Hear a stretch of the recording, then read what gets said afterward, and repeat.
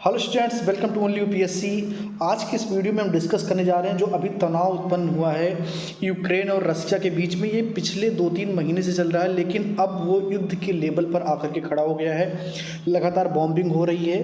तो इस वीडियो में हम समझेंगे कि आखिर इतने बड़ी युद्ध के पीछे की स्ट्रेटजी क्या है, क्या करना चाहता है रूस, क्या चाहता है यूक्रेन, क्या चाहता है, और क्यों दुनिया की सभी बड़ी शक्तियाँ अपना पावर दिखाने को आतुर हो गई हैं।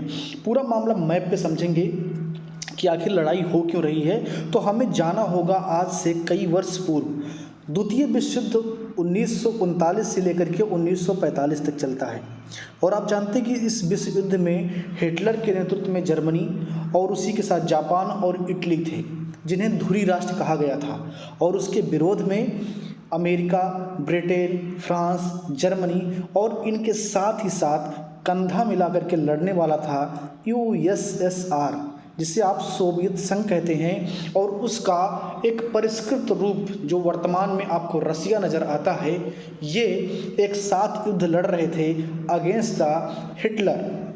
युद्ध समाप्त हुआ, जो मित्र राष्ट्र थे उनकी जीत हुई और जर्मनी की सेना की हार हुई। जापान पर परमाणु बम गिराए गए और उसने सरेंडर कर दिया और द्वितीय विश्व युद्ध समाप्त हो गया। लेकिन द्वितीय विश्व युद्ध समाप्त होते ही दुनिया में एक नए युग का प्रारंभ हुआ। संयुक्त राष्ट्र का गठन होता है और उसके बाद में लड़ाई अब बम गोला बारूद की नहीं, फाइनेंस की स्टार्ट हो जाती है।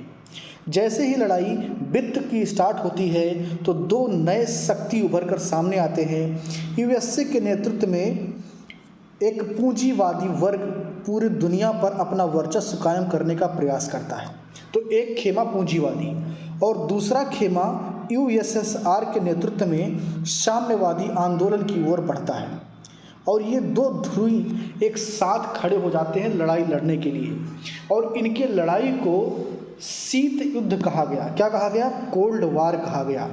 और ये कोल्ड वार 1991 तक चलता है। कब? 1991 तक। होता क्या है कि 1949 में एक ऐसा डेवलपमेंट होता है जिसके कारण वर्तमान में सभी लड़ाई छिड़ी हुई है। 4 अप्रैल 1949 को एक संगठन बनाया गया जो कि सैन्य संगठन है नेटो। नेटो क्या है? ये 30 देशों का एक सैन्य संगठन है जिसका काम ये है कि उन 30 देशों में जब कोई अटैक झेल रहा हो, कोई किसी के ऊपर हमला कर दे, तो सब मिल करके एक दूसरे जो उसके अपोजिट में होगा उस पर अटैक करेंगे। यानी कि अगर 30 में से किसी एक पर हमला होता है तो वो 30 पर हमला समझा जाएगा। और ये बनाया किसने? अमेरिका के नेतृत्व में इसको बनाया गया अगेंस्ट द यूएसएसआर, यानी कि संयुक्त जो आपका ये अभी वर्तमान में रसिया है, इसके खिलाफ उसको बनाया गया। और उसी समय रसिया, या जिसे आप यूएसएसआर कहते हैं, वो भी अपने एक्सपेंस में लगा रहा। उसने बहुत सारे देशों में साम्यवादी आंदोलन को आयोजित करवाया। और उसी क्रम में आप देखते हैं अफगानिस्तान का वार, वियतनाम का युद्ध, ये सब उसी लड़ाई के एजेंडे हैं। अब आप सोच रहे होंगे कि इतना इतिहास में मैं आपको लेकर के क्यों जा रहा हूँ। मैं समझाना चाहता हूँ कि वर्तमान विवाद में जो नेटो है और जो दो राष्ट्र सामने खड़े हो गए हैं यूक्रेन और रसिया, उसके पीछे की कहानी, क्रोनोलॉजी जब तक आप नहीं समझेंगे वर्तमान मामला आपको समझ में नहीं आएगा। तो ये जो यूक्रेन है ना, ये पश्चिमी भाग में आपको दिख रहा है, पश्चिमी सीमा पर लगा हुआ दिख रहा है। जैसे भारत और पाकिस्तान सीमा साझा करते हैं, बिल्कुल कुछ वैसा ही है रसिया और यूक्रेन का संबंध। यूक्रेन 1917 में पहली बार आज़ाद हुआ था रसिया से, क्योंकि 1917 तक जार का शासन रूस में हुआ करता था।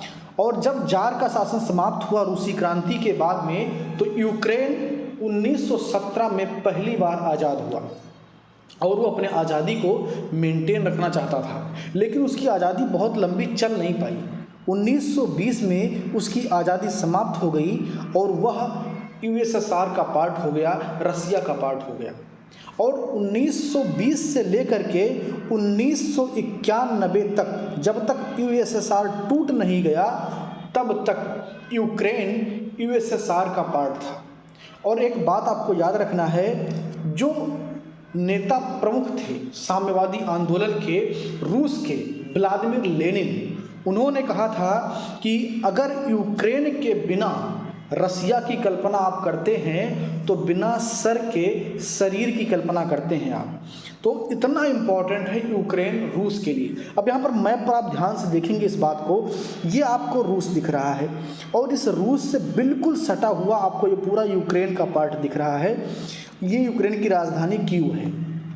अगर यूक्रेन कहीं ना कहीं रसिया के खिलाफ चला जाए तो रसिया एक सिक्योरिटी थ्रेट महसूस करेगा। अब वर्तमान में नेटो, यूक्रेन, रसिया, इसको समझते हैं कि इनका मामला क्या है। यूक्रेन अपनी स्वतंत्रता को मेंटेन रखने के लिए, अपनी सॉवरेनिटी को बनाए रखने के लिए ऐसा स्थिति पैदा करना चाहता है कि वो रूस के दबाव में ना रहे, रूस के कहने पर उसको ना चलना पड़े। इसलिए वो लगातार ये प्रयास करता है कि उसकी स्थिति मजबूत हो।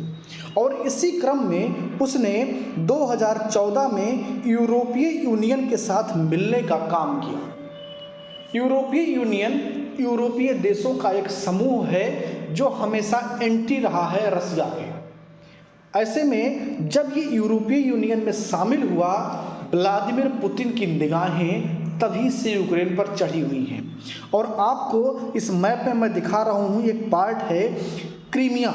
ये जो क्रीमिया है ये यूक्रेन का ही पार्ट हुआ करता था, लेकिन जब यूक्रेन ने यूरोपीय यूनियन में जाने का प्रयास किया तभी क्रीमिया को रूस ने कब्जा कर लिया। यानी कि पुतिन ने तभी बता दिया था कि यदि तुम कहीं गलती करके भी उस तरफ गए तो तुम्हारे अस्तित्व को हम मिटा देंगे।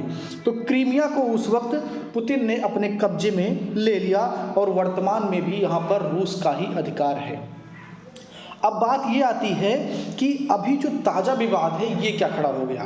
ताज़ा विवाद ये है कि यूक्रेन के लोगों को ये लगा कि यदि हमें अपनी स्वतंत्रता को बनाए रखना है तो हमें नेटो देशों के साथ जाना होगा, क्योंकि वही हमें सुरक्षा दे सकते हैं।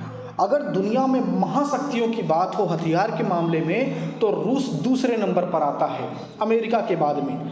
तो इसका मतलब अगर रूस से लड़ना है तो उसे अमेरिका सहित सभी नेटो देश का साथ चाहिए जो कि उसकी स्वतंत्रता को बनाए रख सकते हैं।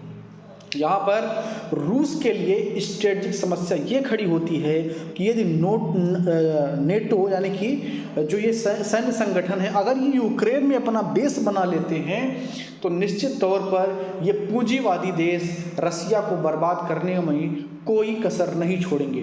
तो पूरी की पूरी लड़ाई वर्चस्ववाद की है। अमेरिका चाहता है कि उसका वर्चस्व इस प्रकार हो कि रसिया का वर्चस्व कम हो जाए, और रसिया ये चाहता है कि ठीक है तुम दुनिया में कहीं भी अपना वर्चस्व दिखा लो, लेकिन मैं अपने आसपास तुम्हें अपना वर्चस्व दिखाने नहीं दूंगा। और इसी क्रम में आप देखेंगे कि ये युद्ध हो रहा है, लगातार गोला बारूद लग रहा है। आप भी न्यूज़ देख रहे होंगे। यूक्रेन के 2 पार्ट ऑलरेडी पुतिन ने 2-3 दिन पहले कर दिए हैं और उन 2 नए पार्ट का नाम है लुहानस्क और दोनेत्स्क। तो ये 2 देश उन्होंने अलग से बना दिया है। अभी क्या हुआ है, युद्ध के बाद में हो सकता है कि रसिया पूरा का पूरा यूक्रेन 2 पार्ट में डिवाइड कर दे, ईस्टर्न और वेस्टर्न, कुछ भी हो सकता है, क्योंकि रूस बिल्कुल भी इस बात को टॉलरेट नहीं करेगा कि नेटो या नेटो से संबंधित कोई भी देश अपना सैन्य संगठन यूक्रेन में बनाए। और यही मुख्य वजह है लड़ाई की। और अगर यूक्रेन ये जिद नहीं छोड़ता है कि वो नेटो के साथ जाएगा, यूरोपीय देशों के साथ जाएगा, अमेरिका के इशारों पर चलेगा, तो उसके आइडेंटिटी को बहुत बड़ा खतरा है, क्योंकि रसिया बिल्कुल भी इस मूड में नहीं है कि वो माफ़ करेगा। वो पूरा तैयारी करके बैठा है कि यदि नेटो या अमेरिका यूक्रेन पहुंचते हैं तो यूक्रेन का नाम विश्व पटल से ही समाप्त हो जाएगा, यानी कि रसिया इसे पूरा कवर कर लेगा। अब यहाँ पर एक चीज़ आपको और समझना है, जब से व्लादिमीर पुतिन ने रूस के राष्ट्रपति पद की शपथ ली है, यानी कि जब से सत्ता संभाला है, एक लंबा अरसा हो गया, तब से उनके दिमाग में वो पुराना यूएसएसआर चल रहा है जो खोया है अमेरिका की वजह से। और सबसे बड़ी लड़ाई की वजह जो है यही है। तो धीरे धीरे व्लादिमीर पुतिन अपना वर्चस्व यूएसएसआर वाला कायम करने का प्रयास कर रहे हैं, और यही कारण है इस युद्ध का। तो मैं उम्मीद करता हूं कि ये पूरी बात आपको समझ में आई होगी। आप क्या सोचते हैं यूक्रेन और रसिया विवाद पर, कमेंट बॉक्स में लिख करके ज़रूर बताएं। बहुत बहुत धन्यवाद।